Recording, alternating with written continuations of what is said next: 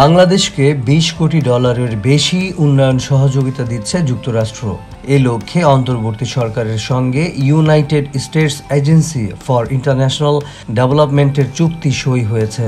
অন্তর্বর্তী সরকারের অগ্রাধিকারের ভিত্তিতে এই চুক্তি সই হয়েছে।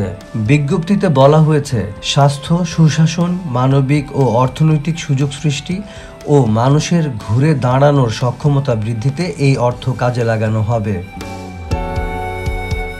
যুক্তরাষ্ট্রের অগ্রাধিকার হল বাংলাদেশকে অন্তর্ভুক্তিমূলক উন্নয়নে সহযোগিতা করা।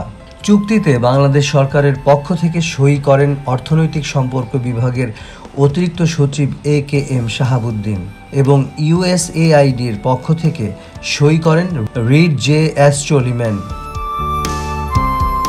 ২০২১ সালে যুক্তরাষ্ট্র ও বাংলাদেশের মধ্যে স্বাক্ষরিত এক চুক্তির আলোকে এই সহায়তা দেয়া হচ্ছে। The development objective grant agreement DOG বা উন্নয়নের লক্ষ্যে অনুদান চুক্তির ষষ্ঠ সংশোধনী হিসেবে আজ এই চুক্তি সই হয়েছে। এই চুক্তির মেয়াদ ২০২৬ সাল পর্যন্ত। সেই চুক্তির আলোকে বাংলাদেশকে মোট ৯৫ কোটি ৪০ লাখ ডলার সহায়তা দেওয়ার কথা। এ পর্যন্ত মোট ৫টি সংশোধনীর আলোকে বাংলাদেশকে ৪২৫ মিলিয়ন বা ৪২ কোটি ৫০ লাখ ডলার দেওয়া হয়েছে।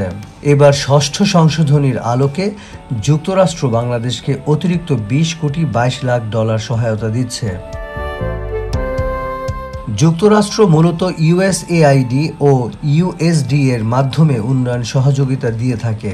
১৯৭৪ সালে স্বাক্ষরিত অর্থনৈতিক, প্রযুক্তিগত ও সম্পর্কিত সহায়তা শীর্ষক একটি চুক্তির অধীনে যুক্তরাষ্ট্র গণতন্ত্র, সুশাসন, খাদ্য নিরাপত্তার মতো বিভিন্ন খাতে আজ পর্যন্ত ৮ বিলিয়ন বা ৮০০ কোটি ডলারের বেশি সহায়তা দিয়েছে।